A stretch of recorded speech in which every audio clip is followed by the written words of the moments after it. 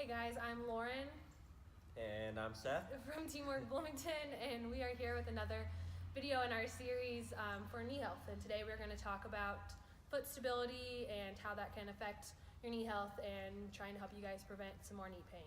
Yep. So the way that I think about the feet is sort of like, here comes the cliche metaphor, but it's your base of support. It's your contact with the ground, right?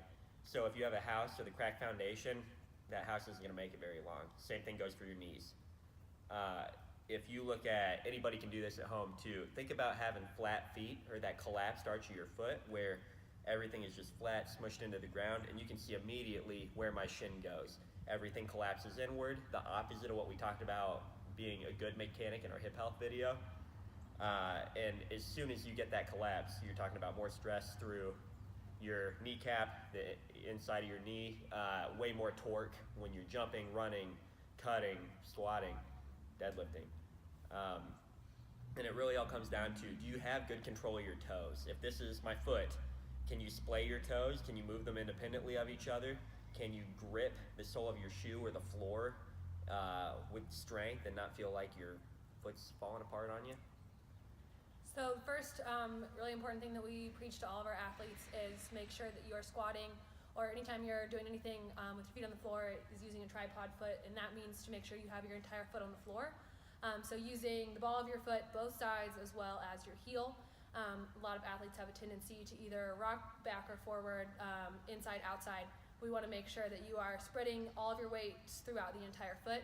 A couple of cues we use is to squish the bug or to spread the floor, try and rip the floor in half. And that just means to spread your weight from your hip throughout your entire foot and just putting as much power as you can through the floor with that foot. Some exercises that we'll do to help strengthen your toes and the arches of your feet, which aren't naturally usually very strong. We have a sand pit back here that we will send athletes out there to kind of pick up sand with their toes. At home, you guys can just lay out a small towel, a washcloth, try and pick up that towel with your toes, use golf balls, marbles, something, pick up that with your toes. We also have a rope here that we'll walk across and try and just use your whole foot to stay on that rope as best that you can. And I believe that's about it. Yeah.